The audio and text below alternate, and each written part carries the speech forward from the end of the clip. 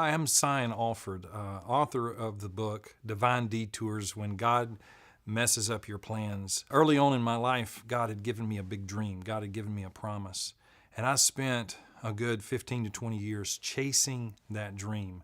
The will of God took me through a lot of painful trials. It took me through a lot of soul searching. It took me through circumstances. It even took me to churches and ministries and jobs that didn't look at all like my promise. But one day I found myself standing right in the middle of my promise, and I realized that the will of God for my life was different than the promise. The will of God was something that I needed to do, and the promise was inspiring me to do that.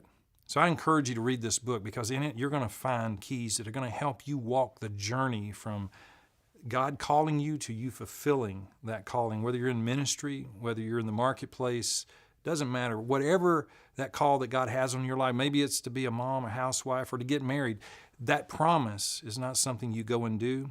The journey that God takes you on to the promise is actually the reward.